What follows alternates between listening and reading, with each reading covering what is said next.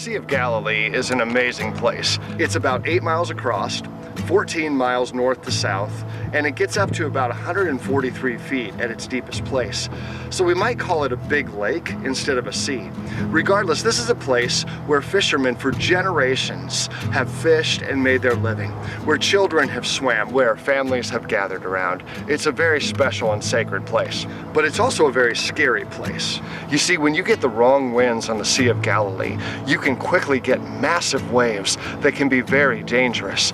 In fact, in recent history, meteorologists have recorded 10-foot waves on the Sea of Galilee. Now picture yourself in a little wooden first-century fishing boat. We know that the boat Jesus was in was roughly 25 feet long, just enough for he and his 12 disciples. And he would oftentimes go out on the lake with them.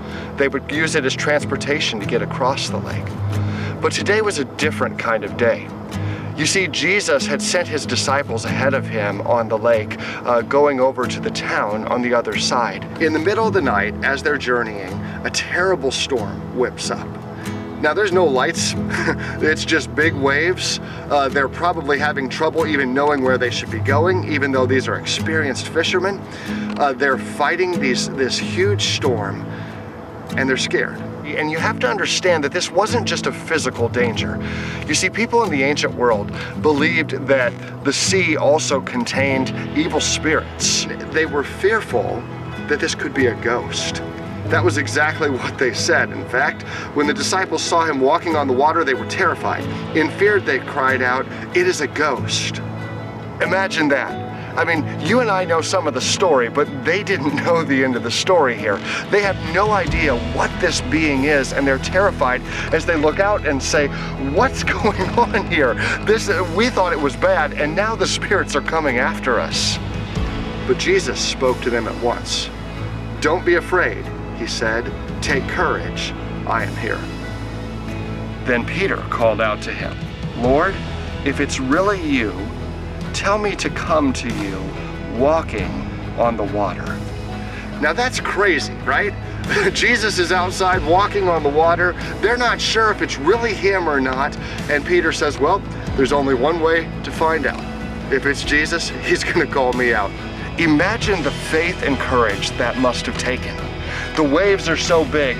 Peter goes in that water. He may not come out, but he trusts in the Lord. He trusts that Jesus has got him. He trusts that he's going to be okay because he hears the voice of Jesus and he knows the voice of Jesus. Of course, if you're familiar with the story, you also know that there's a time where the waves get real big. And Peter starts looking at the waves and stops looking at Jesus, and he begins to sink. Jesus reaches out and rescues him. And it's easy for us to criticize Peter, isn't it? Say, oh, there's Peter. He's in the middle of a miracle and he still doubts Jesus. And it's a good point that when we turn away from Jesus, when we lose faith, that we do sink. We sink back into the defeat, into the pain, into the difficulty, whatever it is we're going through, into the fear. But the fact is, there were 11 other guys still sitting in the boat. I don't know about you, but I'm afraid I might have been sitting in the boat that day. I admire Peter and his courage and his faith. You know, for all of us, we go through stormy times in life. Maybe you're there right now. You know what it's like to deal with uncertainty in your future, whether it's with a job, medical diagnosis, stuff with your family, whatever it may be.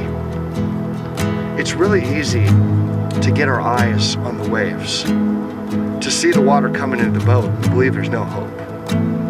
But you know, friends, just like with the disciples, Jesus comes walking. He comes seeking us. In your groups, you might talk about a time where you've gone through this, or maybe if you're going through this right now, you can pray for each other as a group and support each other. And I invite you to do that together.